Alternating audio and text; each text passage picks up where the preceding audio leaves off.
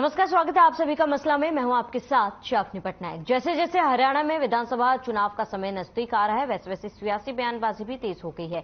इसी कड़ी में नेता प्रतिपक्ष भूपेंद्र सिंह हुड्डा के बयान ने सियासत गर्मा दी है। उन्होंने कहा है कि अगर 2024 में कांग्रेस सत्ता में आएगी तो प्रदेश सरकार में ब्राह्मण समाज से एक उप मुख्यमंत्री होगा।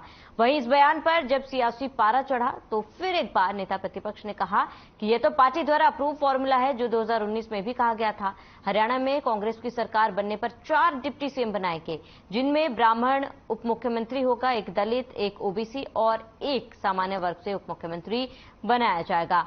वहीं इस बयान को प्रदेश पार्टी के अध्यक्ष उदयभान ने सिरे से खारिज कर दिया है। उन्होंने कहा है कि चुनाव के बाद हाईकमान की यह तय करता है कि प्रदेश में मुख्यमंत्री कौन बनेगा। इंडिया का मकसद ही यही है कि सभी वर्गों को साथ लेकर चला जाए। अब इन सभी बयानों से ये तो साफ दिख रहा है कि इस बार कांग्रेस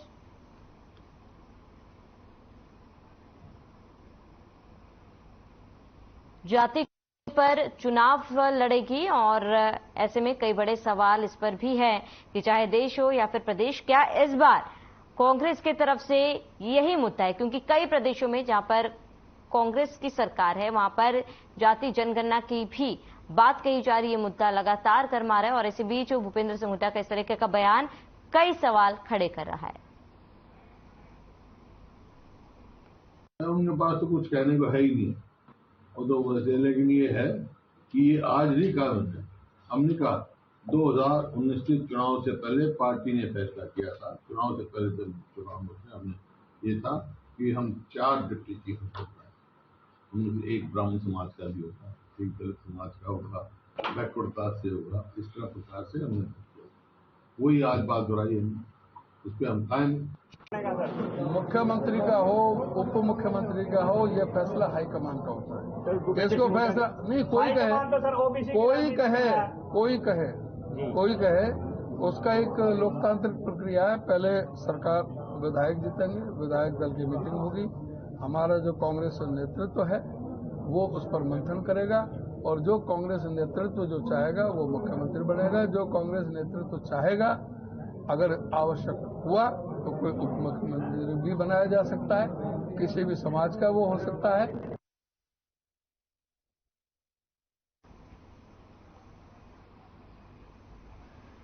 तो तमाम मेहमान हमारे साथ जुड़ चुके हैं चर्चा के लिए। उनका परिचय करा देती हूँ। शीशपाल जुंदर, प्रवक्ता बीजेपी, हमारे साथ जुड़ चुके हैं। कमल हांडा, प्रवक्ता कांग्रेस, हमारे साथ जुड़ चुकी है।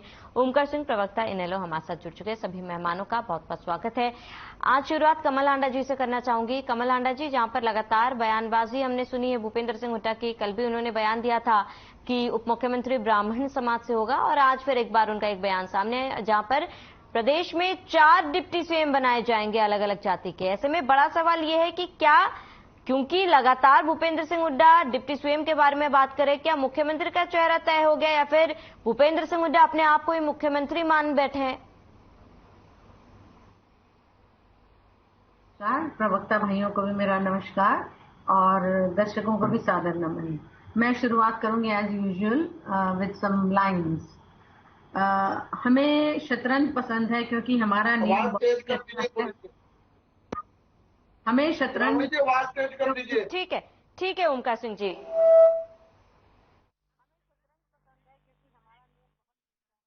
चाल कोई भी चले पर अपने अपनों को नहीं मारते, जैसे बीजेपी वाले करते हैं कि जो इनका साथ है उसी की पीठ में छुरा घोंपते हैं, चाहे वो महाराष्ट्र हो, चाहे बिहार हो, चाहे आपका ये अकाली दल हो। बहुत सारे ऐसे नंबरलेस एग्जाम्पल्स आते हैं। एक और चीज कहना चाहूंगी कि यह सियासत तूने भी इस दौर में कमाल कर दिया। आवाज नहीं आ रही, पता नहीं लगेगा क्या बोल रही है। सिंह जी, आवाज को ठीक कराया जा रहा है। मैं अपने पैनलिस्ट को बोल देती हूँ। कमल हांडा जी, आप अपनी बात पूरी करें।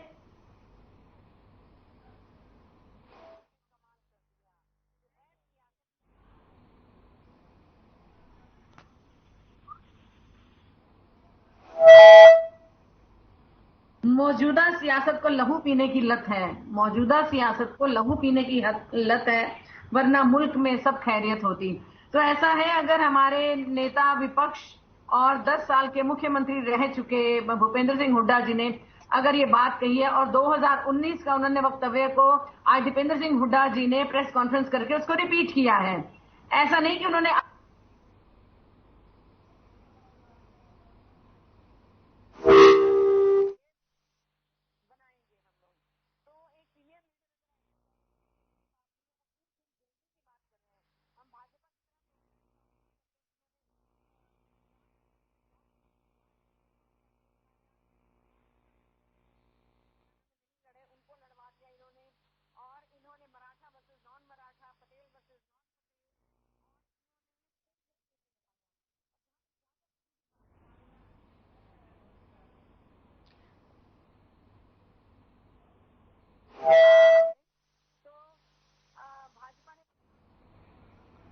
कमल आंडे जी, यहीं पर रोकना चाहूंगी। शायद साउंड में कोई दिक्कत आ रही है, मैं लौटूंगी आपके पास, क्योंकि देखिए लगातार सियासी पारा कम है और ऐसे में तमाम पार्टियों की तरफ से पुरजोर कोशिश की जा रही है।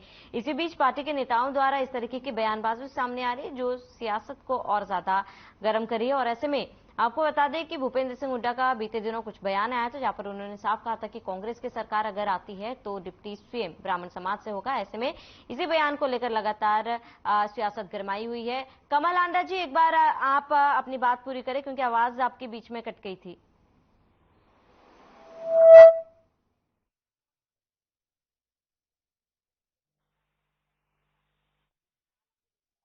साउंड में कोई दिक्कत आ रही है, मैं लौटूंगी आपके पास। शीशपाल जिंदल जी, आप तक मेरी आवाज पहुंच पा रही है? जी जी। से बयानबाजी लगातार जारी है। जहां पर कल आपने भूपेंद्र सिंह हुड्डा को सुना, वो साफ कहते हुए दिख रहे हैं कि डिप्टी सीएम ब्राह्मण समाज से होगा। और आज दोबारा से एक और बयान था जहां पर वो कह रहे हैं कि प्रदेश में 4 डिप्टी सीएम होंगे।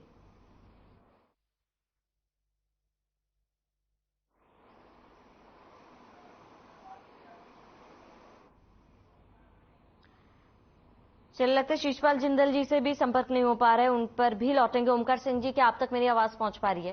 हाँ जी, आ रही है जी, आ रही है। बिल्कुल। ओमकार सिंह जी, जरा आपकी प्रतिक्रिया जानना चाहूंगी। जिस तरीके की बयानबाजी सामने आ रही है, आपको लग रहा है कि इस बार केवल जाति को ही कांग्रेस मुद्दा बना रही है? देखिए, ये सिर्फ हड़बड़ाहट है हुड्डा साहब की और कुछ नहीं है। कल तक तो एक डिप्टी सीएम की बात करते थे, आज 4 डिप्टी सीएम हो गए और उसमें भी ये कह रहे हैं एक ब्राह्मण, एक ओबीसी, एक एससी और एक जनरल जाति का।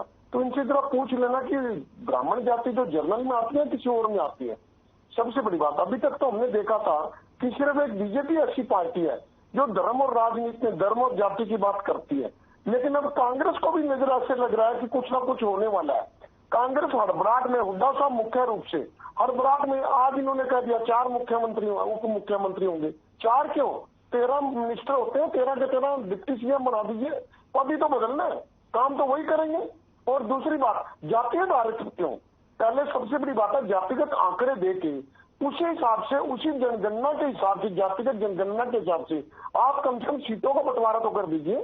सीटें तो दे दीजिए कि सिखों को कितनी दोगे, ओबीसी को कितनी दोगे, एससी को कितनी दोगे, वो तो आपसे दे नहीं जाएंगी। लेकिन अब इन्होंने, कल कुछ और बयान था, आज कुछ और बयान है। मेरे को लगता है इनको ये तो मालूम नहीं है कि मुख्यमंत्री कौन बनेंगे। यहाँ पे मुख्यमंत्री का चेहरा डिसाइड हो गया हो, वो तो कांग्रेस का आलाकमान डिसाइड करेगा। फिर अब इनको अपना तो पता नहीं है, दूसरों की बात कर रहे हैं।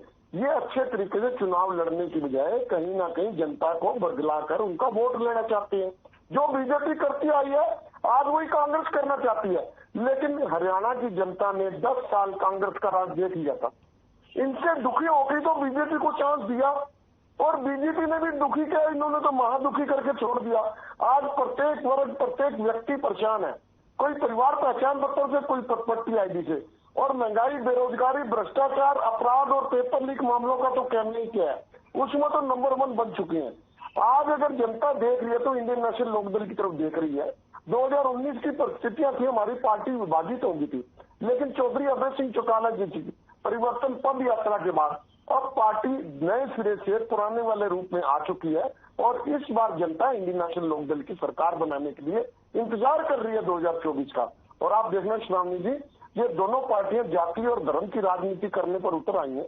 इंडियन नेशनल लोकदल एकमात्र ऐसी पार्टी जो क्षेत्रीय दल है और सिर्फ हरियाणा की जनता की चिंता करती है। ठीक है ओमकार सिंह जी, मैं लौटूंगी आपके पास, जरा बाकी से रिएक्शन जान लें तो फिर लौटूंगी आपके पास। कमल आंडे जी, आप तक मेरी आवाज पहुंच पा रही है?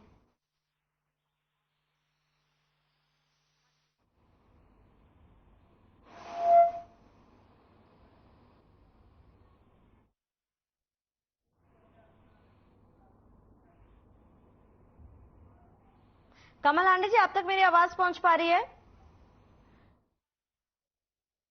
ऑडियो में कोई दिक्कत आ रही है, मैं इसको ठीक करा रही हूं। मैं लौटूंगा आपके पास। शीशपाल जिंदल जी, आप तक मेरी आवाज पहुंच पा रही है?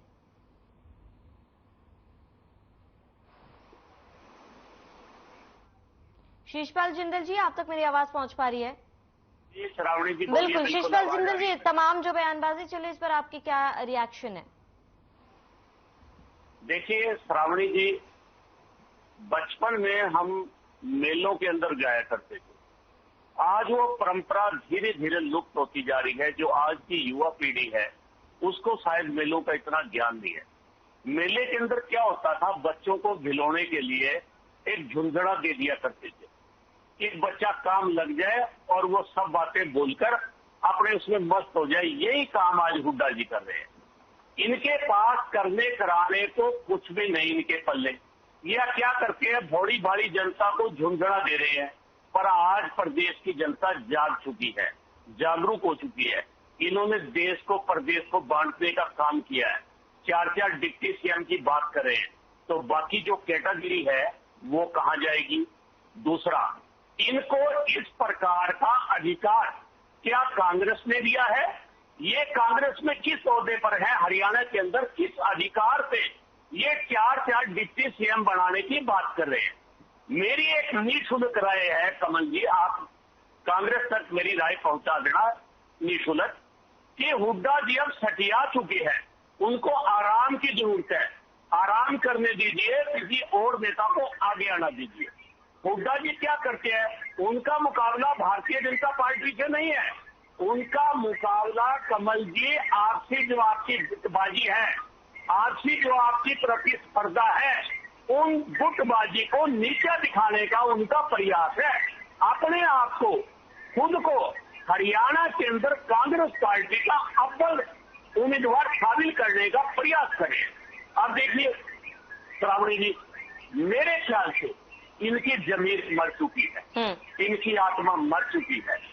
आप ध्यान दीजिए मेरी बात का। हुड्डा जी क्या बात करते हैं, तुरंत ही अगले दिन, सुनिए कमल जी, सुनिए बैठ के सुनिए, हुड्डा जी जो बयान देते हैं अगले ही दिन उनका कोई ना कोई लीडर उसका खंडन कर देता है। अरे मैं कहता हूँ शर्म करो, कुछ इस प्रकार का बयान तो दीजिए जिस पर आपकी प्रदेश की जनता भरोसा कर पाए। आप भारतीय जनता पार्टी से उंगली उठाते हो। भारतीय जनता पार्टी ने देश को, प्रदेश को जोड़ने का काम किया है। आज विश्व के अंदर अगर किसी का डंका बजता है तो भारतीय जनता पार्टी के नाते भारत का डंका बजता है। और ओंकार सिंह जी, आप क्या भारतीय जनता पार्टी पे उंगली उठा रहे हो? आपके पल्ले धले कुछ नहीं है। आप कांग्रेस, अगर आपको ये जो इनका गिरोह है अगर आपको मिला ले, हो सकता है कोई आपका खाता खुल जाए। मेरे ख्याल से जो आपकी एक आध सीट आई है ना, अब की बार वो भी आने वाली नहीं है।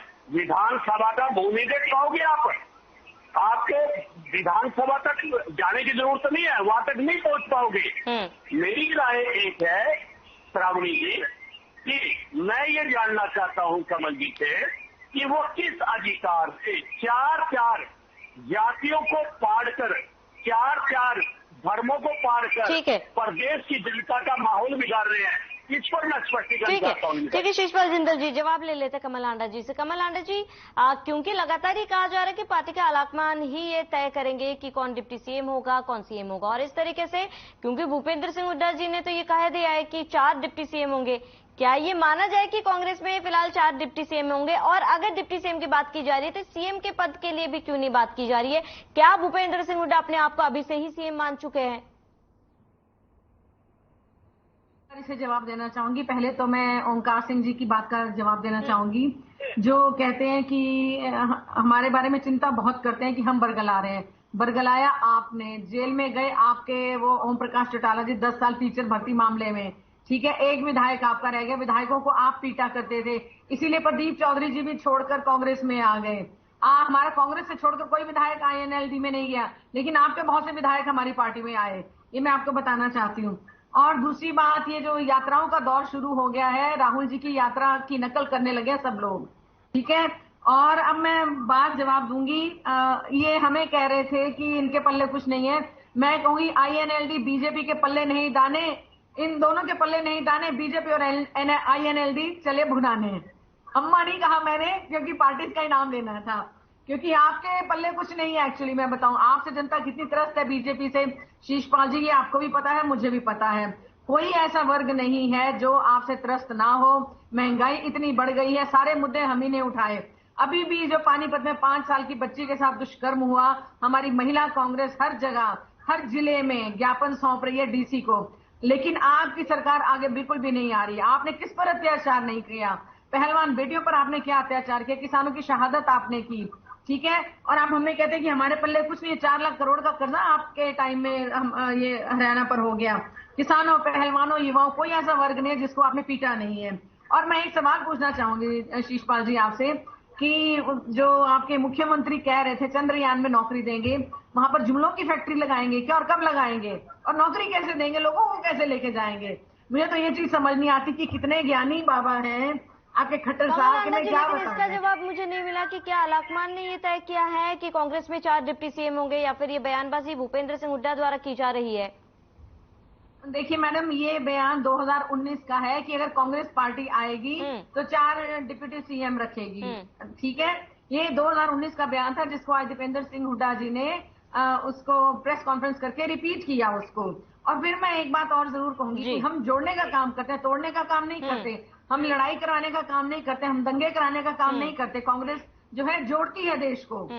ठीक है, 4 मुख्यमंत्री बनेंगे और क्योंकि भूपेंद्र सिंह हुड्डा जी जो है जिनसे सबको बहुत छटपटाहट और तिलमिलाहट होती है, क्योंकि उनका बहुत स्ट्रांग होल्ड है हरियाणा पर, बहुत उनका स्ट्रांग जिसे कहते हैं ना, उनका बहुत सीट्स पर कमल आंडा जी, क्योंकि भूपेंद्र सिंह हुड्डा जी 4 डिप्टी सीएम की बात कर रहे हैं और ऐसे में उन्होंने घोषणा कर दी कि एक ब्राह्मण समाज से होगा, एक ओबीसी, एक एसटी और एक जनरल से होगा। पहला सवाल ये कि ब्राह्मण क्या जनरल में नहीं आता, और दूसरी चीज ये कि फिर मुख्यमंत्री कौन से जाति से बनाया जाएगा, क्योंकि अगर जातियों पर लड़ाई लड़ी जा रही है तो मुख्यमंत्री कौन से जाति के होंगे ये भी तो भूपेंद्र सिंह हुड्डा जी को बताना चाहिए। ऐसा है मैडम, जब उसका वक्त आएगा उसका भी बता देंगे। लेकिन मैं तो डिप्टी सीएम बनाने का वक्त आ गया क्या कमल आंडा जी? नहीं, अभी नहीं आया, लेकिन अनाउंसमेंट तो बात सुनिए मैडम। अनाउंसमेंट तो ये कितनी करते हैं, ये कितने झूठे बातें बोलते हैं बीजेपी वाले कि हमने विकास किया, हमने ये किया, भ्रष्टाचार मिटाया, जबकि भ्रष्टाचार तो इनके टाइम पर चरम पर है। अडानी जी के घर तो आज तक संजय मिश्रा नहीं गए, ईडी नहीं गई, इनके लोगों के यहाँ ईडी क्यों नहीं गई, ये मुझे जवाब दे दें। और इनके कमल आंटी जी, हम मुद्दे से भटक रहे हैं। देखिए, हम मुद्दे से भटक रहे हैं क्योंकि साफ सवाल ये है कि लगातार कांग्रेस की तरफ से ये कहा जा रहा है कि आलाकमान, क्योंकि कांग्रेस के प्रदेश अध्यक्ष ने भी साफ तौर पर ये कहा है कि आलाकमान ही ये तय करेगा। और इस तरीके से अगर इस तरीके से भूपेंद्र सिंह हुड्डा के बयान सामने आ रहे, कहीं ना कहीं जनता इन तमाम बातों को कैसे लेगी? एक तरफ जहां कांग्रेस के वरिष्ठ नेता ये कह रहे कि आलाकमान तय करेगी, भूपेंद्र सिंह हुड्डा एक अलग बयान दे रहे, जनता किस पर भरोसा करेगी? कमल आंडा जी, लौटूंगे आपके पास। ओमकार सिंह जी, आपका रुख करूंगी। क्या लग रहा है कि इस बार क्या जाति को मुद्दा बनाया जा रहा है? देखिए श्रावणी जी, मेरे को लगता है कांग्रेस की आंतरिक गुटबाजी की वजह से हुड्डा साहब कंफ्यूज हो गए, और मेरे को लगता है कि कल को यही बयान ना आ जाए कि मुख्यमंत्री 4 बनेंगे। अभी तो उप मुख्यमंत्री की बात कर रहे हैं, मेरे को लगता है कि कल ये बयान आ सकता है कि हमारे प्रदेश में 4 मुख्यमंत्री बनेंगे, एक फलाना, क्योंकि मुख्य रूप से एसआर के ग्रुप है और हुड्डा साहब 4 ही बनते हैं। और अब मैं अपने भाई शीशपाल जी की बात पे आना चाहूंगा। इन्होंने बोला हमारा खाता भी नहीं खुलेगा। देखो, किसका खाता खुलेगा किसका नहीं खुलेगा, ये शीशपाल जी पंडित नहीं है, भविष्यवक्ता नहीं है। आपको तो जनता बताएगी। 2009 में 2 सीट थी आपकी, तो बात हुई ना किसी चूहे के हाथ में गुठली लगी और पंसारी बन गया, वो हिसाब किताब हो गया आपका। आपको जनता दिखाएगी 2024 में आपकी कितनी सीट आएंगी। हमारी आएगी नहीं आएगी इसमें चिंता ना कीजिए, इसको हम अपने आप कंपनसेट कर लेंगे, क्योंकि 2019 की परिस्थितियां अलग थी। हमारी पार्टी में टूट हो गई थी, जेजेपी एक नई पार्टी बन गई जो अधिकांश हमारे वर्कर्स को लेगी बरगलाकर। आज पूरी नैलो एकजुट है। और दूसरा, शीशपाल जी कहते पूरे विश्व में डंका बज रहा है। ये डंका पता क्यों बज रहा है? क्योंकि आपने 11 करोड़ शौचालय बनाए हैं, और जो चंद्रयान 3 गया ना, ये इसरो से गया, शौचालय से नहीं गया। आपने 50 करोड़ बैंक के खाते खुलवा दिए हैं और 80 करोड़ लोगों को 5 किलो अनाज दे रहे हो। ये डंका बज रहा है तुम्हारा। मतलब 135 करोड़ की जनसंख्या में 80 करोड़ आपने गरीब बना दिए हैं। शीशपाल ये बातें सोचने वाली है। आपने क्या किया? महंगाई, बेरोजगारी, भ्रष्टाचार, अपराध, पेपर लीक, इन 5 में तो हरियाणा को नंबर 1 बना दिया। प्रॉपर्टी आईडी और फैमिली आईडी, इन दोनों ने जनता को लाइन में लगा दिया। आप बता तो दीजिए कि पिछले 9 साल में आपने प्रदेश सरकार पर कर्ज 67,000 करोड़ से बढ़ाकर 4 लाख करोड़ के करीब कर दिया। और अगर हम भारत की बात करें तो 55 लाख करोड़ का कर्ज था पिछले 70 साल में। आपने मात्र 9 साल में 155 लाख करोड़ कर दिया, मतलब 100 लाख करोड़ कर्ज बढ़ा दिया। आपने बता तो दीजिए इतने पैसे लेके कहां गए? क्या किया आपने? कौन सी ऐसी इंफ्रास्ट्रक्चर डेवलपमेंट की? कितनी फैक्ट्रियां लगाई? क्या उद्योग स्थापित किए हरियाणा के अंदर? और अगर उद्योग स्थापित किए, अगर नई इन्वेस्टमेंट लेके आए, आपके मुख्यमंत्री और उप मुख्यमंत्री विदेशों में गए थे, जरा याद कर लो। और इन्होंने बोला था 6.5 लाख करोड़ के MOU मेमोरेंडम ऑफ इन्वेस्टमेंट हमारे सैंक्शन हो चुके हैं, लेकिन अभी तक सिर्फ 12,000 करोड़ का निवेश आया। ठीक है, ओमकार सिंह जी इसका जवाब ले लेते हैं। शीशपाल जिंदल जी, यहाँ पर लगातार बीजेपी पर हमेशा ये आरोप लगता आ रहा है कि बीजेपी जाति और धर्म की राजनीति करी है, और फिलहाल कांग्रेस की तरफ से ये जो कदम उठाए जा रहे हैं, इस पर आप क्या कहना चाहेंगे? देखिए श्रावणी जी, कांग्रेस तो झूठ बोलती थी, इनेलो भी इनके साथ साथ चल रही है। ये बोलते हैं कि प्रदेश के ऊपर इतने करोड़ रुपए का कर्जा। अरे ओंकार सिंह जी, ये कर्जा क्यों आया, इस पर आपने चिंतन किया? जो कांग्रेस भ्रष्टाचार, आप प्रदेश को लूट के खा गए आप लोग। हमने पहले तो उसकी भरपाई का काम करे, जो आप पूरे प्रदेश का धन बाहर विदेशों में लगे। और आपकी, अरे सुनिए, आपकी सरकारों में क्या होता था? आपकी सरकारों में, मतलब कांग्रेस और इनेलो की सरकार में क्या होता था? आपके जो मुख्यमंत्री हैं, आपके मंत्री हैं, वो ऐश परस्ती के लिए हिमाचल की पहाड़ियों में पड़े रहते थे, हरियाणा की और मोनी करते थे। और हमारे जो भारतीय जनता पार्टी की सरकार है, कोई भी मंत्रिमंडल से जुड़ा है या हमारे मुखिया में है, अगर वो विदेशों के अंदर जाते हैं तो भारत के विकास की दृष्टि को प्रथम चरण पर लेकर जाते हैं। आपकी तरह नहीं है, हमारे लोग तो 24 घंटे जाकर काम करते हैं। मोदी जी पर उंगली उठा रहे हो आप, मोदी जी पर उंगली उठा रहे हो आप, चंद्रयान पे उठा रहे हो आप, 1100 शौचालय को उठा रहे हो आप, 50,000 जनधन खातों को उठा रहे हो। अरे ओंकार सिंह जी, कुछ तो शर्म कीजिए। प्रदेश की जनता आपको सुन रही है, कुछ तो तथ्य रखिए। आप कह रहे हो 2024 में आपकी सरकार, अरे मैं आपको दावे से कहता हूँ, सरकार तो भारतीय जनता पार्टी की, प्रदेश की जनता बना कर रहेगी। ठीक है, समय की कमी। शीशपाल जिंदल जी, जरा कमल हांडा जी का उनका फाइनल कमेंट ले लेते हो। कमल हांडा जी, क्या कहना चाह रही हैं आप?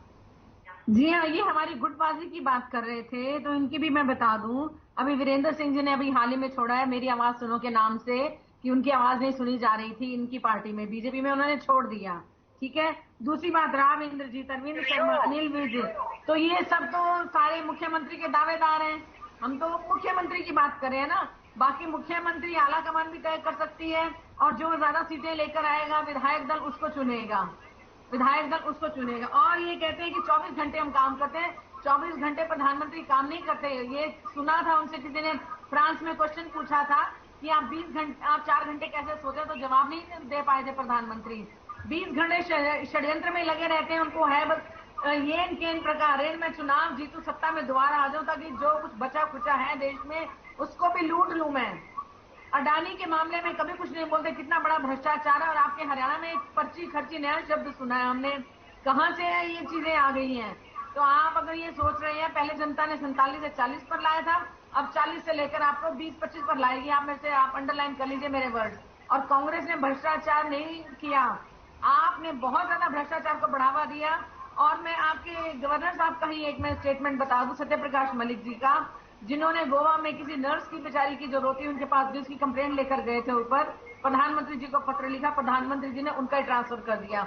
सत्यप्रकाश जी अब छोड़ चुके हैं, सत्यप्रकाश जी अब छोड़ चुके हैं। कमल जी मुद्दे पे, हाँ मुद्दे पे ही हूँ मैं, आप नीचे हैं, हम नहीं है। मुद्दे से भटक रहे हो। कांग्रेस की असलियत आ चुकी है, कांग्रेस की इतने बड़े नेता हैं, असलियत सामने आ चुकी है। नेता बड़े हैं, बड़े नेता हैं, गिराने के लिए भारतीय जनता पार्टी की आलोचना कर रहे हो। ठीक है। ओमकार सिंह जी, जरा आपका फाइनल कमेंट जल्दी से, संक्षेप में, समय की कमी। ओमकार सिंह जी, आपका फाइनल कमेंट। देखिए श्रावणी जी, पहले तो बीजेपी करती थी धर्म और जाति की राजनीति, और अब इसमें कांग्रेस भी कूद पड़ी है। लेकिन जनता बहुत समझदार है, जनता बीजेपी को तो वापस 2 के ऊपर पहुंचाएगी। 2009 में 2 पे से चले थे, और 2020 में जनता में इन्होंने नकार दिया था जिनको। 2019 में इनकी 40 सीट आई थी, 50 सीट विरोध में गई थी। लेकिन कुछ लालची किस्म के लोग जो इनेलो से अलग हुए थे वो इनकी गोदी में बैठ गए। वोट तो इन्होंने जनता से बीजेपी के विरोध में दिया था। उन्होंने बोला था ब्याह खट्टर का और फोटो मोदी की, उन्होंने बोला था इनको यमुना पार पहुंचाएंगे, लेकिन वो ही इनकी गोदी में बैठ गए थे। आज जनता सच्चाई जान चुकी है, प्रत्येक वर्ग प्रत्येक व्यक्ति परेशान है और 2024 में इनको घर बिठाने का काम करेगी जनता। ठीक है, समय की कमी है हमारे पास, चर्चा को यहीं रोकना चाहूंगे। ओमकार सिंह जी जुड़ने के लिए बहुत बहुत शुक्रिया। कमल हांडा जी आपका भी जुड़ने के लिए बहुत बहुत शुक्रिया। शीशपाल जिंदल जी आपका भी जुड़ने के लिए बहुत बहुत शुक्रिया। तो चुनाव में बहुत ही कम समय बाकी है और ऐसे में बयानबाजी लगातार तमाम पार्टियों की तरफ से की जा रही है और इन बयानों का जनता क्या मायने निकालती है ये तो चुनाव और उसके नतीजों के बाद ही पता चल पाएगा। फिलहाल मसला में मेरे साथ इतने, देश प्रदेश की तमाम बड़ी खबरों के लिए बने रहे हमारे साथ।